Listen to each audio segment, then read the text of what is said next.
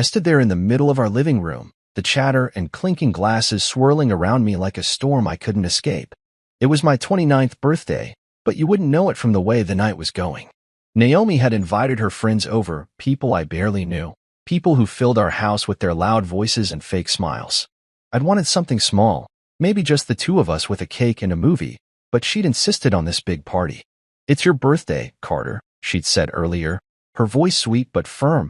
"Let me make it special." I should have known her version of special wasn't about me.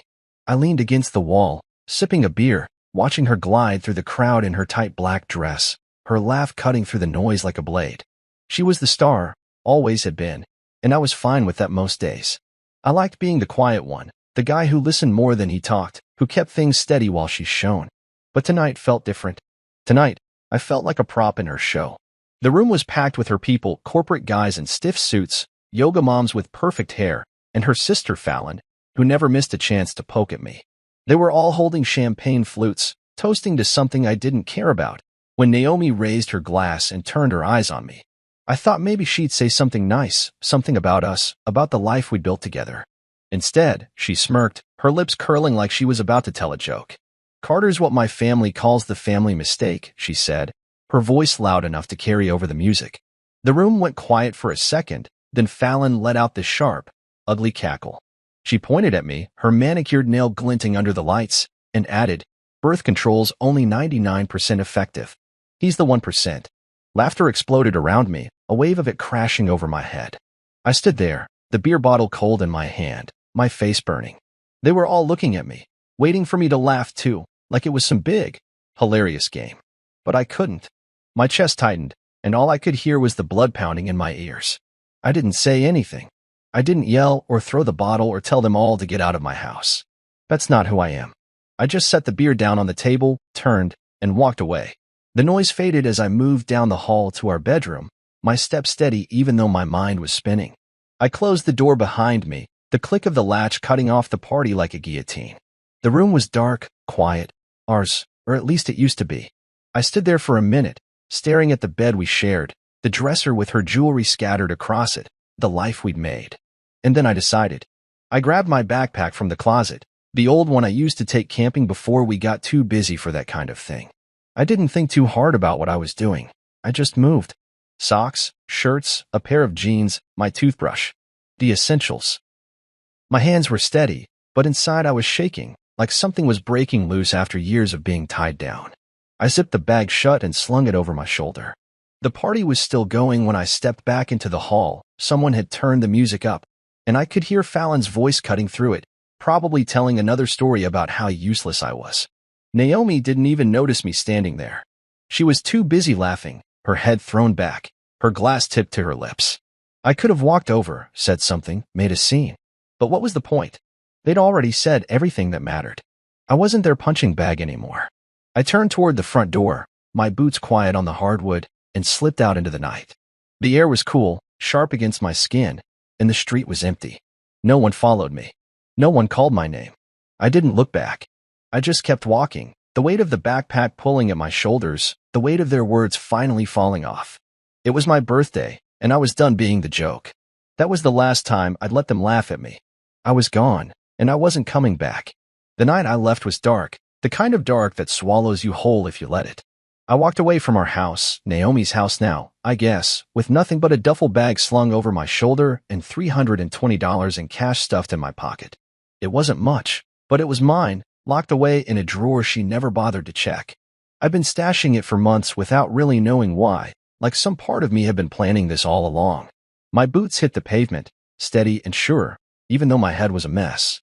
I didn't have a plan, not yet, just a need to get out, to put miles between me and that laughter still ringing in my ears. The streetlights flickered as I passed, casting long shadows that stretched out like fingers trying to pull me back. But I kept going. I didn't stop until I hit the edge of town, where the neon sign of a rundown motel buzzed faintly against the sky. It wasn't much, a sagging roof, peeling paint, the kind of place you drive past without a second look, but it was cheap, and right then, cheap was all I could afford. I paid for a week up front with crumpled bills, the clerk barely glancing up from his phone as he slid me a key. Room 12. The door creaked when I pushed it open, and the air inside smelled like stale cigarettes and mildew. The bed sagged in the middle, the sheets thin and stained, but it was a place to crash, a place to think. I dropped my bag on the floor and sat on the edge of the mattress, my hands resting on my knees. For the first time in hours, I let myself breathe. Really breathe. The quiet was heavy, but it wasn't suffocating like the party had been. It was mine. I pulled out my phone, stared at the screen, 2 missed calls from Naomi, probably wondering where I'd gone, probably annoyed I'd left her to deal with her guests. I didn't call back. Instead, I turned it off, tossed it on the nightstand, and started figuring out what came next. That week in the motel was a blur of small moves, quiet ones. I bought prepaid Wi-Fi cards from the gas station across the street, the kind you scratch off to get the code, and used them to log into burner emails I set up on the motel's ancient computer. No one could trace me that way. I wrote a short note to my boss, nothing fancy, just, "I'm done, effective today," and sent it from one of those throwaway accounts. I'd been the guy behind the scenes at Naomi's startup for years, building the back end, keeping the servers running, making sure her big ideas didn't crash and burn. Quitting felt like cutting a rope I'd been clinging to, but it also felt good, like I was finally free of something. I logged into our joint bank account one last time, transferred my half of the savings, $2, $147, not much, but enough, into a new account I opened online with a different bank. Naomi wouldn't notice for a while. She never checked the numbers. That was always my job. Every night, I lay on that lumpy bed, staring at the cracked ceiling, listening to the hum of the highway outside. I thought about her, about them, Fallon's cackle, the way Naomi's eyes sparkled when she landed that punchline. The 1%. It stung, sure, but it also lit something in me, something I hadn't felt in a long time. I wasn't just walking away from her. I was walking away from the guy I'd let myself become. The guy who took it, who stayed quiet, who let them step all over him because it was easier than fighting back. That guy was gone now, left behind in that house with the champagne stains and the empty promises. I didn't know who I was going to be yet, but I knew I wasn't him anymore. By the end of the week, I tied up what I could. The job was gone, the money was moved, the phone stayed off. I packed my duffel again, same clothes, same boots, same resolve, and checked out of the motel before the sun came up. The clerk didn't ask where I was going, and I didn't tell him. I didn't even know myself, not exactly. I caught a bus at the station down the road, one heading out of state, anywhere that wasn't here. The seats were hard, the windows smudged, but it didn't matter. I leaned my head against the glass and watched the town slip away, the houses and lights blurring into nothing. No one came looking for me. Not Naomi, not her family, not the friends who'd laughed in my face. I was a ghost now, and that was fine by me. I'd built her world, her startup, her finances, her meals, and they didn't even notice I was gone. Not at first. Maybe not ever. But I noticed. And that was enough to keep me moving, one quiet step at a time, into a life I'd make for myself. I didn't know what I was walking into when I stepped off that bus in a new city, the air thick with dust and the smell of asphalt baking under the sun. My duffel bag hung heavy on my shoulder, and my cash was down to $200 after the ticket and a few cheap meals. I needed work, fast, something that didn't ask too many questions. The first place I found was a construction site on the edge of town, a skeleton of concrete and steel rising against the skyline. The foreman didn't care about my past, just my hands and whether I could swing a hammer. I gave him a name, Jack Carter, close enough to mine but not quite, and he nodded, handed me a hard hat, and pointed me to a stack of rebar. That was it.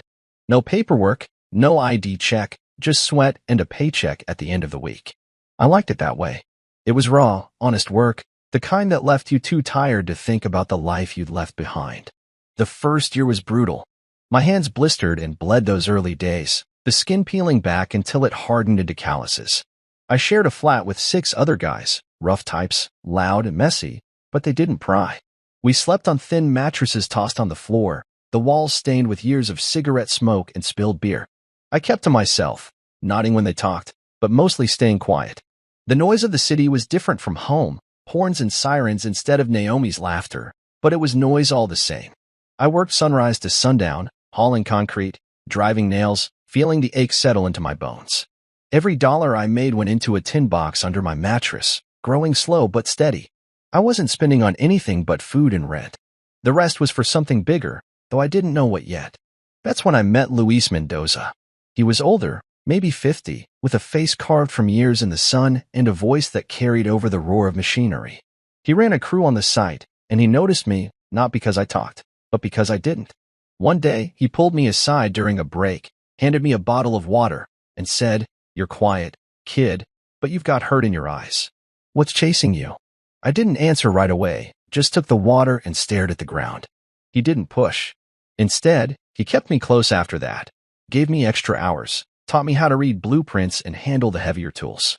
Luis was steady, the kind of guy who didn't waste words but made the ones he used count. One night, over beers at a dive bar near the site, he looked at me and said, "You want to rebuild, son? Start with your spine, not your wallet." It stuck with me, those words, like a map I didn't know I needed. I listened to him. I kept working, kept saving, but I started thinking too. At night, when the flat was quiet and the other guys were snoring, I'd borrow a beat-up laptop from one of them and read articles on coding, finance, legal tricks, stuff I'd picked up bits of while running Naomi's startup but never dug into deep. The internet was free at the library, and I'd sit there for hours after work, my hands still dirty from the site, scrolling through pages on digital security and business loopholes. It was slow, piecing it together, but I could feel something building in me, something stronger than the concrete I poured every day. By the end of that first year, I had $4,000 in my tin box and an idea. I didn't tell anyone, not even Luis, but I started sketching it out, notes on napkins, plans in my head. Year 2, I made my move. I took what I'd learned and launched Black Spire Solutions, a consulting firm for mid-sized companies needing digital security. Nothing flashy, just me, a cheap laptop, and a burner phone, working out of that same cramped flat. I didn't put my name on it, used a P.O. box instead, kept it quiet. The first client came through a contact Luis hooked me up with, a small trucking company that had been hacked and needed help fast. I fixed their system in a weekend, charged them $500, and they spread the word. Soon, I had 3 clients, then 5, all under the table, all cash or wire transfers to a new account I'd set up. Black Spire wasn't big, but it was mine, built from the bruises on my hands and the nights I didn't sleep. Nobody knew I was the guy behind it, not the clients, not the crew, not even Luis, though I think he suspected something. The work kept me going. Every job was a step, every dollar a brick in something new. I'd sit on that mattress at night, counting the cash in my tin, feeling the weight of it grow. The pain in my hands, the ache in my back, it wasn't just punishment anymore. It was progress. I'd look at those calluses, the dirt under my nails, and think about Naomi, about Fallon, about that night they laughed me out of my own life. They didn't know where I was, what I was doing. They probably thought I'd crawled off to disappear. But I wasn't disappearing. I was starting over, piece by piece, and every swing of the hammer, every line of code I wrote, was proof I wasn't their mistake anymore. I was something else, something they'd never see coming. I was 2 years into my new life when Ava Chandler walked into it, and I didn't even see her coming. Black Spire Solutions was picking up steam by then, quietly, the way I liked it. I'd moved out of the flat with the 6 guys and into a small studio apartment, just a bed, a desk, and a window that looked out on a brick wall. It wasn't much, but it was mine, and it gave me space to work. I'd landed a contract with a mid-sized logistics firm, tightening their digital security after a sloppy competitor tried to poach their client list. That's where Ava came in. She was a software analyst with a side gig in forensic accounting, hired by the firm to double-check my work. One afternoon, my phone buzzed with an unknown number, and her voice came through, calm, sharp, like she'd already figured me out. "Jack," she said, using the alias I still clung to, "there's a hole in your firewall patch. I flagged a breach attempt last night. We need to talk." I didn't argue. I just told her to send me the logs. We met at a coffee shop near the site where I still picked up construction shifts with Luis. She was early, sitting in a corner booth with a laptop open, her dark hair pulled back, her eyes scanning the screen like it was a battlefield. I slid into the seat across from her, my hands still rough from the morning's work, and she didn't waste time. She turned the laptop toward me, pointed at a string of code, and said, "Here.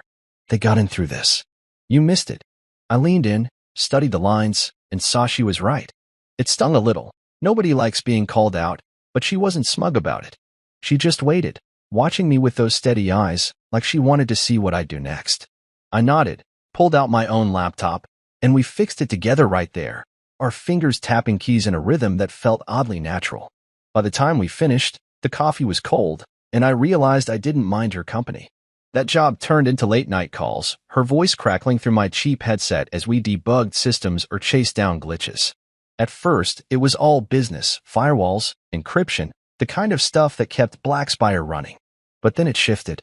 One night, after we'd patched a client's server at 2 a.m., she didn't hang up. She asked, "What do you do when you're not saving companies from themselves?" I hesitated, not used to anyone digging past the surface. "Work with my hands," I said, thinking of the construction site. "Build things." She laughed, soft and real, and said, "That explains the calluses I saw." I didn't know what to say to that, but she kept going, asking about the city, about the quiet I seemed to carry. She never pushed about my past, never asked why I flinched at loud laughter or why I kept my life so small. Instead, she'd say things like, "Who do you want to be, Jack?" It wasn't pity. It was a question, a real one, and it made me think. Ava was different from Naomi in every way that mattered. Naomi was loud, bright, always pulling eyes to her. Ava was quiet, fire, precise, focused, like she could see through walls if she tried hard enough. She didn't need to fill silence with noise. She let it sit, let it breathe. We started working together more, her forensic skills pairing with my security fixes like two sides of a coin. She'd spot the money trails hackers left behind, and I'd lock the doors they'd snuck through. It was cautious at first, both of us circling each other, testing the ground. But it grew. We'd meet at that coffee shop, then at my place, papers and laptops spread out on my tiny table. She'd bring takeout, nothing fancy, just burgers or noodles, and we'd eat while we worked, talking about code or clients or the dumb things people did online. I started looking forward to it, to her. One night, she stayed late, the clock ticking past midnight. We'd finished a job, and instead of leaving, she leaned back in my rickety chair, her boots propped on a box of cables. "You're good at this," she said, nodding at the screen. "Not just the tech, the way you see it through." I shrugged, not sure how to take it, but she kept going. "You don't give up, do you? Even when it's messy." I thought about the motel, the construction site, the tin box of cash I'd built into BlackSpire. "Messy's where I started," I said, and it was the closest I'd come to telling her anything real. She didn't pry, just nodded, like she got it. That's when I knew she wasn't just a partner in work. She saw me, not the family mistake, not the guy who'd walked out, but me, the one I was trying to build. It wasn't loud or dramatic, but it hit me hard. We became more after that, partners in business than in life. She moved into my world slow, steady, bringing her precision and that quiet strength. She didn't try to fix me, didn't smooth over the scars Naomi and her family had left. Instead, she turned them into something else, something sharp and useful. With her, I started planning bigger, new clients, new systems, a future I could touch. For the first time, I didn't feel like a punchline. I felt solid, real, like the man I've been chasing since I walked out that door. Ava didn't heal me. She handed me the tools to do it myself, and together, we started building something neither of us could have done alone. I was sitting in my studio apartment one evening, the glow of my laptop screen casting shadows on the bare walls, when I first saw the cracks in Naomi's world. Ava was next to me, her legs tucked under her on the couch, scrolling through her phone while I worked on a client's security patch. BlackSpire was steady now, pulling in enough cash that I'd cut back on construction shifts with Luis, though I still swung by the site sometimes to keep my hands busy.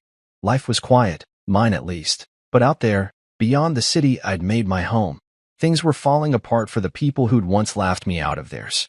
I'd been keeping tabs, not out of spite, not yet, just a habit I couldn't shake. A few burner accounts, some quick searches, and I had a window into their mess.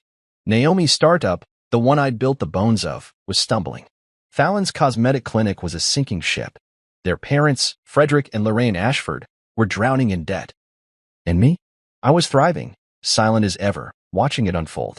It started with a post I found late one night, months back. Naomi's business page had a vague update about restructuring, the kind of word you use when things are bad but you don't want to admit it. I dug deeper, public records, forums, a few quiet tips from Luis, who knew people everywhere. The new tech team she'd hired after I left was a disaster, undertrained kids fresh out of school, overpaid and clueless. The back end I'd set up was crumbling without me to hold it together, and clients were jumping ship. I almost felt bad, but then I'd remember her wine glass toast, her smirk, and the pity would dry up fast. Fallon's clinic was worse, fraud charges, botched procedures, lawsuits piling up.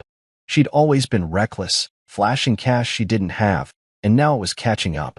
Frederick and Lorraine, the Ashford king and queen, were the real surprise. Their real estate empire, fancy houses, vacation rentals, was a house of cards, leveraged to the hilt, and the market had turned. Foreclosure notices were public if you knew where to look, and I did. I didn't tell Ava everything, not at first. She knew I'd come from something rough, enough late-night talks had slipped that out, but I kept the details light. She didn't need to know how often I checked on them, how I'd build a web of silent allies to feed me scraps of info. Luis was one, passing along rumors from old contacts. A guy I'd met at the site, a quiet accountant type, tipped me off about the Ashford's tax troubles. It wasn't obsession, I told myself. It was insurance, a way to know they couldn't touch me again. But that night, as Ava scrolled beside me, something shifted. She stopped, tilted her phone my way, and said, "Look at this." It was Fallon's Instagram, a blurry selfie with a caption, "Wish I could afford a man like Carter now. Too bad we lost the 1%. She was drunk. You could tell her sloppy words, smeared makeup, but it hit me like a punch. They were thinking about me. After all this time, I wasn't just a ghost to them anymore. I stared at the screen, my jaw tight, and Ava watched me, waiting. "You okay?" she asked, her voice soft but steady. I nodded, but inside, my mind was racing. Fallon's rant wasn't just a throwaway line. It was a crack in their armor, a sign they were desperate. I'd been content to let them fade, to build my life while theirs fell apart on its own. But that post lit something in me, something I hadn't felt since the night I walked out. It wasn't enough to watch anymore. It was time to collect, not revenge, not exactly, but a reckoning. I turned to Ava and said, "They don't know what I've got now." Maybe it's time they did. She didn't ask who they were. She just nodded, like she'd been waiting for me to say it, and that was enough. The next morning, I started moving. I pulled up everything I had, files I'd saved, contacts I'd made, the quiet network I'd built without even meaning to. Luis met me at the coffee shop, his trucker hat pulled low, and I told him what I was thinking. "You sure, kid?" he asked, sipping his black coffee. "Once you step in, you can't step back out." I was sure. I'd spent years being the mistake they forgot, the guy they laughed off, but I wasn't that man anymore. Blackspire was solid. My savings were growing, and Ava was with me, her mind as sharp as mine when it came to strategy. I didn't need to yell or gloat. I just needed to show them what the 1% could do when it stopped running and started standing still. I leaned back in my chair that night, Ava asleep beside me, and made the choice. They built their lives on tearing me down, but I built mine back up without them. Now, they were broke, desperate, and reaching for a past they couldn't have. I wasn't going to let them forget me again, not this time. I'd been the shadow, the quiet one, but shadows can swallow light if they grow big enough. And mine was growing. It was time to step out of it and into theirs, to take what they'd thrown away and make it mine. Not for hate, not for spite, but because I could. Because I'd earned it. And because the 1% they mocked was about to become the one thing they couldn't ignore. I woke up the next morning with a plan burning in my head, the kind that keeps you up even when your eyes are closed. Ava was already at the kitchen counter, her laptop open, coffee steaming in a mug beside her. She didn't ask what I'd decided. She could see it in the way I moved, the way I grabbed my own cup and sat across from her, my hands steady but my mind racing. Fallon's drunken post had flipped a switch, and now I couldn't unsee the opportunity in front of me. Naomi and her family were falling apart, their perfect little empire crumbling, and I had the tools to step in. Not to save them, never that, but to take what they'd lost and make it mine. Ava looked up from her screen, her eyes sharp, and said, "You've got that look. What's the play?"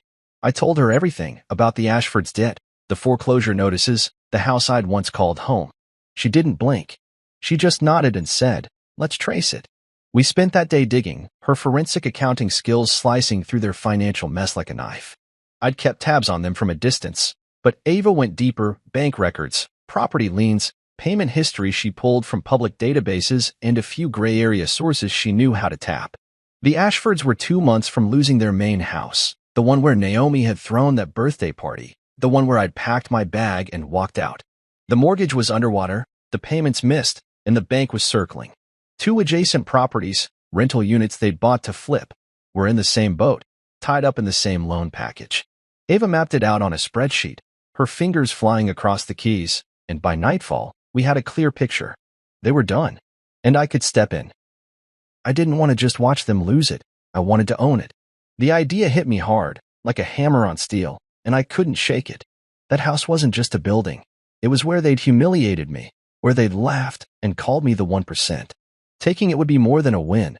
It would be proof I'd outgrown their cage. Ava saw the fire in me and didn't try to talk me down. Instead, she said, "We need a holding company. Something clean, untraceable to you." She was right. I couldn't walk into a bank as Carter Holt, not with Naomi's name still tied to mine in their minds. So we built Iron Veil Group, her idea, my money. I funneled $50,000 from Blackspire's profits into it, set up a P.O. box, and had Luis sign as the front man. He didn't ask why, just grinned and said, "You're a quiet bastard, but I like it." The next step was the bank. Ava drafted the offer, crisp, professional, no room for questions. Iron Veil Group would buy the Ashfords' mortgage and the 2 adjacent properties at a discount, cash up front, no haggling. I met the loan officer in a gray suit at a branch an hour from the city, my hair combed back, my voice steady. "We're looking to invest in distressed assets," I said, keeping it simple. He didn't care who I was, just that the money was real. The Ashfords' debt was a liability he wanted off his books, and I was the solution. 6 weeks later, the paperwork was signed, the funds wired, and it was done. I owned the house. I owned their rentals. I owned the ground they'd stood on when they laughed me out the door. And they didn't even know it yet. I didn't tell anyone outside Ava and Luis. Blackspire kept humming. My days split between client calls and quiet nights with her. But inside, I was waiting. The deed sat in a locked drawer in my desk, a single sheet of paper that felt heavier than the concrete I used to haul. I'd check it sometimes, run my fingers over the words Iron Veil Group, and feel the weight of what I'd done. It wasn't about gloating, not yet. It was about control, about taking back what they'd never thought I could. Ava kept me grounded, her voice cutting through my thoughts when they got too loud. "They'll figure it out eventually," she said one night, her head on my shoulder. What then? I didn't have an answer, not a full one. I just knew I'd be ready. It was Fallon who connected the dots first. Ava had posted a photo on her Instagram, a rare slip, a shot of us on the porch of a client's office, geotagged near the old neighborhood. I didn't think much of it until my phone buzzed with a screenshot from Luis. Fallon had commented, "Wait, is that him?" No way.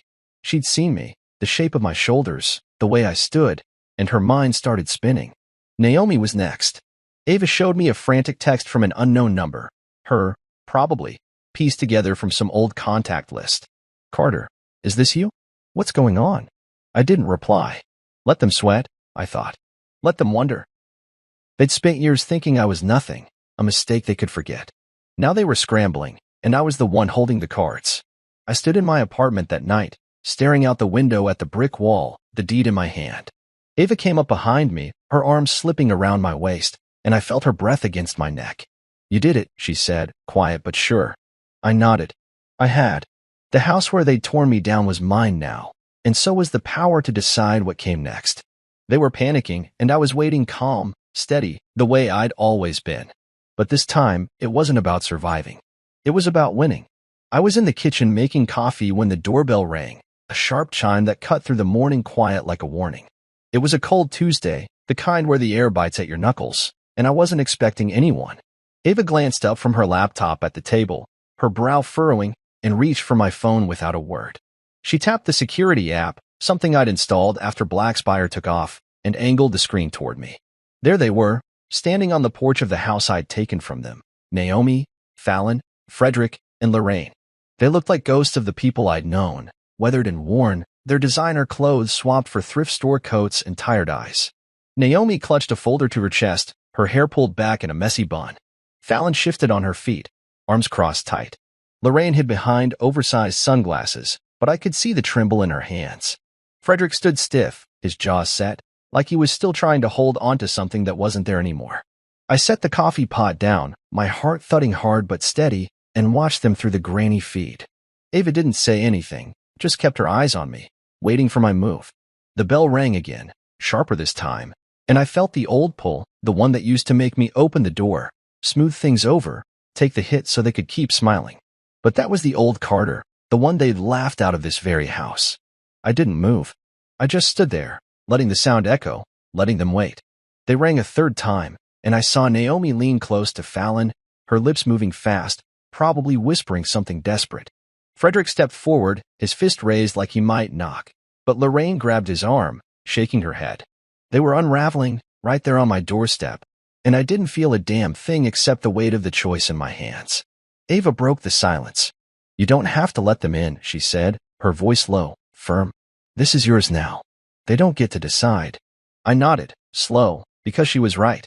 This wasn't their house anymore. It was mine, bought with my money, my work, my years of clawing back from nothing. I'd let them ring until their fingers hurt if I wanted to.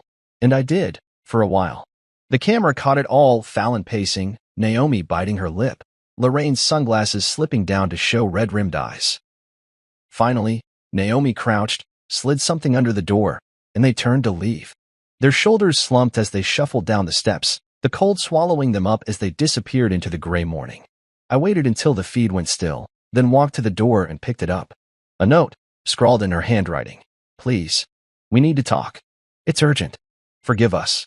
I held it in my hands, the paper thin and creased, and read it again. "Forgive us." 2 words that didn't mean a damn thing after what they'd done. I could still hear her voice from that night, the way it carried over the crowd. "Carter's the family mistake." I could still see Fallon pointing, her laugh like a blade, and Frederick and Lorraine nodding along like it was gospel. Forgiveness wasn't something I owed them. It wasn't even something I had to give. I folded the note, set it on the counter, and looked at Ava. "They're scared," I said, my voice quieter than I meant it to be. She nodded, closing her laptop. "They should be. They don't know what you're capable of yet." That hit me, because she was right. They'd seen me as weak, a punchline, but they didn't know the man I'd become. Not yet. I didn't reply to the note that day. I let it sit there, a silent little plea I could ignore as long as I wanted. Part of me wanted to crumple it, burn it, pretend they'd never come. But another part, the part that had bought this house, that had built Black Spire from nothing, knew this wasn't over. They'd come to me, not the other way around, and that meant I held the power now. I spent the day working, same as always, but my mind kept drifting back to that feed, to their faces, to the way they looked so small. Ava stayed close, her presence steadying me like it always did. We didn't talk about it much. She didn't need to ask, and I didn't need to explain. She just knew. By nightfall, I'd made up my mind. I wasn't going to hide behind the door forever. They wanted to talk? Fine. But it'd be on my terms, my turf, my rules. I'd spent years being the one who bent, who took it, who let them walk all over me because it was easier than fighting back. Not anymore.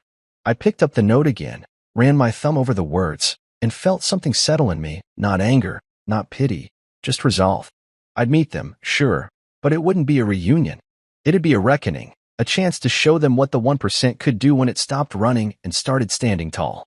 I looked at Ava, her eyes catching mine in the dim light, and said, "We're doing this my way." She smiled, small but real, and that was all I needed to know I wasn't alone in it. I picked the restaurant with care, a sleek, upscale place downtown, all glass and steel, the kind of spot Naomi and her family used to love but couldn't afford anymore. I booked a private room, a quiet box with a long table and heavy curtains, where I could control every second of what was about to happen. It had been a week since they'd shown up at the house, a week since that note sat on my counter, unanswered. I didn't call them back, didn't text. Instead, I sent a single email from a burner account. Dinner. 7 p.m. Thursday. Don't be late. No warmth, no explanation, just an address and a time. Ava helped me set it up, her mind as sharp as mine when it came to the details. She'd be there too, and so would Luis, and one more surprise I've been holding close. This wasn't a negotiation, not yet. It was a statement. Thursday came fast. I stood in front of the mirror in our apartment, tugging at the collar of a crisp black shirt Ava had picked out. It wasn't my usual. Jeans and a worn jacket were more my speed, but tonight called for something else. I needed to look like the man I'd become, not the one they remembered. Ava stepped up behind me, her hands smoothing the fabric across my shoulders, her reflection steady in the glass. "You're ready," she said, her voice calm but sure. I nodded, feeling the weight of it settle in my chest. Ready didn't mean comfortable. It meant I knew what I was walking into and what I'd walk out with. We drove to the restaurant in silence, her hand resting on mine over the gearshift, the city lights streaking past like lines on a map I'd drawn myself. They were already there when we arrived, clustered at the far end of the private room like sheep huddling against a storm. Naomi looked thinner, her dress hanging loose, her eyes darting to me the second I stepped in. Fallon had her arms crossed, her nails chipped, her glare flickering between defiance and fear. Frederick sat stiff, his tie crooked, his hands clenched on the table. Lorraine was beside him, sunglasses gone, her face raw and tired. They'd expected a plea session, a chance to beg or bargain, but I wasn't here for that. Ava walked in beside me, her presence a quiet fire, and Luis followed, his broad frame filling the doorway. Then came Savannah Bright, a journalist I'd tracked down weeks ago, short, sharp-eyed, with a notebook in hand and a grudge against the Ashfords that matched mine. She'd been humiliated by them years back, called lower class, at some fancy event, and she hadn't forgotten. Neither had I. I stood at the head of the table, my hands in my pockets, and let the silence stretch. They shifted in their seats, waiting for me to break it, but I didn't. Not yet. Finally, Naomi spoke, her voice small. "Carter, we're so glad you." I cut her off with a raised hand, calm but firm. "Tonight, we're not negotiating," I said, my words slow, deliberate. "We're correcting the record." I nodded to Ava, who slid a thick folder across the table. It landed with a thud in front of Frederick, the sound echoing in the room. He opened it, his fingers trembling, and I watched their faces as they saw what was inside, legal proof I owned their mortgage, the house, the rentals. Naomi gasped, a sharp little sound. Lorraine's hand flew to her mouth, tears spilling fast. Fallon went pale, her arms dropping. Frederick's jaw tightened, his eyes snapping up to mine. "What is this?" he demanded, his voice rough, like he still thought he could bully his way out. I met his stare, unflinching. "It's mine," I said. "The house you laughed me out of, the properties you couldn't hold on to. I bought them. Ironvale Group, that's me." Naomi tried to speak, her words tumbling out in a rush. "Carter, please, we didn't mean." I stopped her again, my voice steady. "You meant every word that night. Don't lie about it now." The room went quiet again, heavy with the truth they couldn't dodge. Lorraine sobbed, a broken sound, and Frederick gripped the folder like he could tear it apart. But he couldn't. It was done. I laid out my terms, each one landing like a stone. "1," I said, "a public apology. Post it on Naomi's business page and every social channel you've got. Full names, no excuses." Naomi flinched, but I kept going. 2, a video interview with Savannah here. The full truth, everything you said, everything you did. She writes the story. Savannah smirked, her pen already moving. 3, a legal document, signed by all of you, guaranteeing you never ask me for a dime. Not now, not ever. I paused, letting it sink in. "You've got 72 hours. That's it." Frederick slammed a fist on the table, his face red. "You can't do this," he barked. I leaned forward, my voice low. "I already did." They stared at me, stunned, like they couldn't believe the man they'd mocked had turned into this. Naomi's eyes welled up, her hands twisting in her lap. "Carter, why?" she whispered. I didn't flinch. "Because you made me the mistake," I said. "Now I'm making you remember it." I stepped back, Ava and Louise flanking me, Savannah scribbling notes. 72 hours, I repeated, then turned and walked out, the door clicking shut behind us. The air outside was cold, sharp, but I breathed it deep, feeling lighter than I had in years. They'd come begging, but I'd left them with nothing but the truth and a deadline they couldn't run from. I stood in the living room of the house, my house now, watching the clock tick down the 72 hours I'd given them. It was late afternoon on the third day, the light slanting through the windows in long, golden bars, catching dust motes in the air. The place was empty, stripped of the furniture and noise that used to fill it when Naomi and I lived here. I'd had it cleared out after the bank handed over the keys, not because I wanted to erase them, but because I needed it clean, a blank slate. Ava was with me, leaning against the wall near the front door, her arms crossed, her eyes on me like she always seemed to know what I was thinking before I said it. Luis was outside, tinkering with his truck in the driveway, a quiet backup in case things got messy. We hadn't heard from them since the restaurant, not a word, and I wasn't sure if that meant they'd folded or if they were scrambling for a way out. Either way, the deadline was real, and I wasn't bending. The past 2 days had been tense, not because I doubted myself, but because I could feel the weight of what I'd started. Ava had kept me steady, her voice cutting through the noise in my head when it got loud. "They'll crack," she'd said the night before, her hand resting on mine as we sat on the couch in our apartment. "They don't have a choice." I believed her, but I still checked my phone too often, waiting for something, a text, an email, anything to show they'd heard me. Black Spire kept me busy during the day, client calls and code fixes piling up, but my mind was here, in this house, with the folder I dropped on that table and the looks on their faces when they realized I wasn't bluffing. I didn't want their tears or their excuses. I wanted the terms met, plain and simple. Frederick was the holdout. I knew it. He'd always been the stubborn one, the patriarch who thought money and bluster could fix anything. That fist on the table at the restaurant, the way he barked at me, he wasn't ready to let go of his pride, even if it was all he had left. Fallon was loud, sure, but she'd cave if the others did. Lorraine was too broken to fight. Naomi, though, she was the wild card. I could still see her eyes from that night, wide and wet, asking why like she didn't already know. Part of me wondered if she'd try something, some last-ditch play to pull me back into her orbit. But I wasn't that guy anymore, and this wasn't her game. The doorbell rang at 5:47 p.m., 13 minutes before the deadline. I glanced at Ava, who raised an eyebrow but didn't move. I walked to the door, my boots heavy on the hardwood, and opened it slow. Naomi stood there alone, the folder from the restaurant in her hands, her coat pulled tight against the evening chill. She looked smaller than I remembered, her face pale, her hair limp. No Fallon, no Frederick, no Lorraine, just her, staring at me like I was a stranger. "Carter," she said, her voice cracking on the word. I didn't say anything, just stepped aside and let her in. She hesitated, then walked past me, her steps shaky.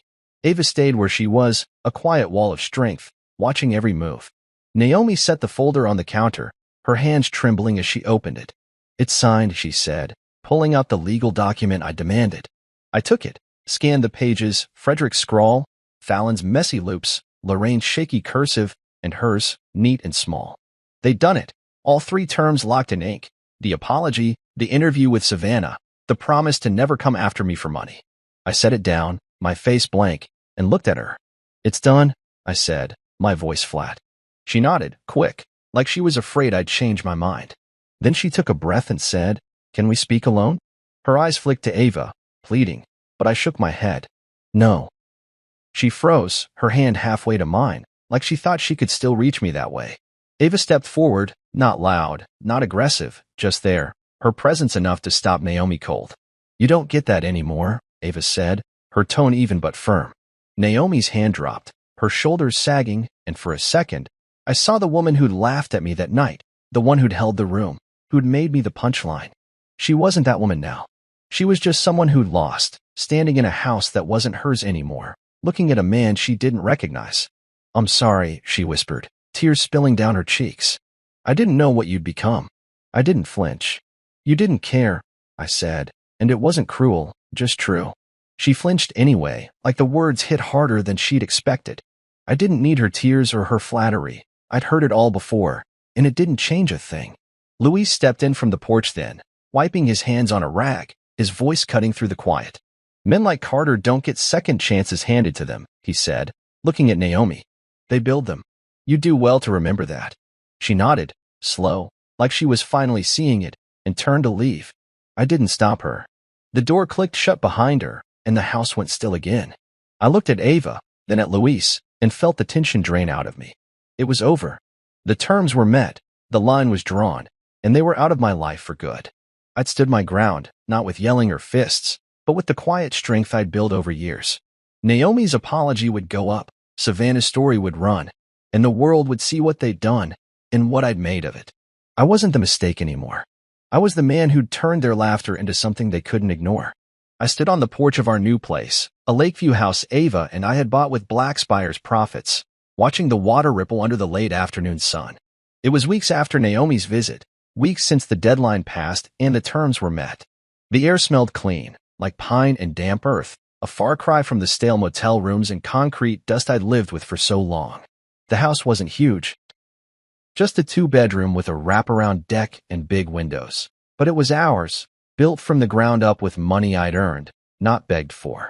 Ava was inside, unpacking boxes we'd hauled over from the apartment, her quiet humming drifting out through the open door. I leaned against the railing, my hands in my pockets, and let myself feel it. The peace I'd been chasing since the night I walked out. Naomi's video apology had gone up 2 days after she left the house, a shaky 5-minute clip posted across her family's social channels. She sat in front of a plain wall, her voice trembling as she read the script I'd demanded. No excuses, just the truth. "We humiliated Carter Holt," she'd said, her eyes red but dry. "We called him a mistake, laughed at him in his own home, and we were wrong." Fallon's part was shorter, her tone bitter but compliant. and Lorraine's was barely audible through her tears. Frederick's was the stiffest, a gritted-teeth admission that still felt like he was choking on it. Savannah's interview hit the next week, a viral article titled "The Husband Who Bought His In-Laws Home to Teach Them a Lesson." It spread fast. Podcasts called, publishers emailed, some guy even pitched a movie. I turned them all down. I didn't need the spotlight. I made my point. The world saw it, though. My phone buzzed for days. Old co-workers, guys from the construction site, even a cousin I hadn't talked to in years. Luis clapped me on the back at the coffee shop, grinning wide. "You're a legend, kid," he said, and I shrugged it off, but it stuck with me. People knew now, not just what they'd done, but what I'd become. The 1% wasn't a joke anymore. It was a story, one I'd written with every step I took after that birthday. I didn't gloat, didn't crow about it. That wasn't me. I just kept moving, building, living the life I'd carved out of nothing. Ava stepped out onto the porch then, a mug of coffee in her hand, her hair loose around her shoulders. She handed it to me, her fingers brushing mine, and leaned against the railing beside me. The lake stretched out in front of us, calm and wide, reflecting the sky in shades of blue and gold. "It's quiet here," she said, her voice soft. I nodded, taking a sip, the warmth spreading through me. Quiet was what I'd wanted. Not the silence of hiding, but the kind that comes when you're done running. We'd been planning this move for a while, a fresh start away from the city, away from the house I'd taken from Naomi's family. I'd kept it, sure, but I didn't live there. It was an investment now, rented out to a young couple who didn't know its history. The money went into Black Spire, into this place, into the future Ava and I were sketching out together. She turned to me, her eyes catching the light, and asked, "Do you ever think about that night?" I didn't answer right away, just looked out at the water, letting the question settle. I thought about it every day, not the hurt, not anymore, but the moment I decided to leave. The backpack, the dark street, the way the air felt when I stepped out that door. "Yeah," I said finally, my voice low. "Every day, best birthday gift I ever gave myself was walking out." She smiled, small but real, and rested her head on my shoulder. "You made it out," she said, and I felt the truth of it in my bones. I wasn't just the guy who survived. I was the one who'd turned the joke into something they couldn't laugh off. We stood there a while, the sun dipping lower, the lake turning orange and pink. I didn't need revenge, not the loud, messy kind people talk about in movies. I'd wanted peace, balance, the kind that comes when you own your scars and the places they were made. Taking the house, setting those terms, it wasn't about hate. It was about closing a door I'd left cracked open too long. Now it was shut, locked, and I was here, with Ava, with a life that fit me better than the old one ever had. We were talking about next steps, expanding Black Spire, maybe buying another property for the business. A dog, she'd suggested once, half joking, and I'd laughed, picturing it running around this porch. Kids, maybe someday. It wasn't a plan yet, just ideas, but they felt possible in a way nothing had before. I set the mug down on the railing and pulled Ava closer, her warmth pressing against me. The lake was still now, the wind gone, and I could hear her breathing, steady and sure.